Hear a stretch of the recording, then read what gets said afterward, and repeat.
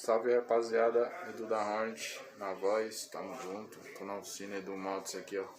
Dá um talento numa 160 e mostrar porque que ela faz barulho na subida.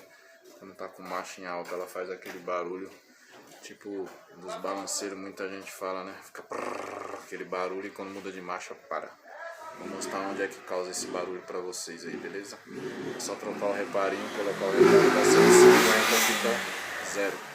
Só que eu não vou trocar nada, só vou mostrar o local aonde faz o barulho aí, pra você que quer tirar aquele barulho chato.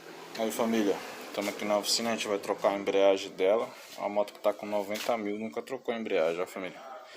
A embreagem da 160 é só 3 molas, diferente. Vou mostrar onde é que faz o barulho. Aqui é o balanceiro, tá vendo? Da 160. Ó. Tá ouvindo aí, família? O barulho. Você pegar o alicate aqui na ponta, ela vai fazer mais, ó. Ó.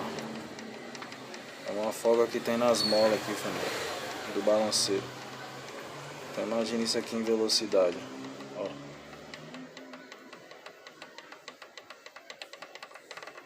É esse barulho que ela faz, ó, em alta. Tá vendo? Então o barulho fica aqui nessa peça aqui, ó. Beleza? Aqui dentro tem umas molas e uns reparos. Tem moto zero já saindo com esse problema. Mas não dá nada, viu família? Pode andar na moto suave. Não é obrigado a tirar esse barulho. É um barulho chato que incomoda. Mas é desses motor mesmo. Tá vendo aí? Ó.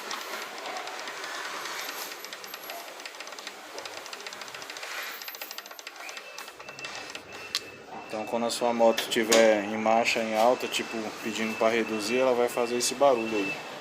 É daqui, beleza? Muita gente acha que é aqui no comando, mas não é. 100% aqui, ó. Nessa folguinha que ele tem aqui. Já é de toda 160 isso daí, beleza? Pode andar de boa, não dá nada. É nóis. Deixa o like para fortalecer. Tamo junto. Abraço. Fui.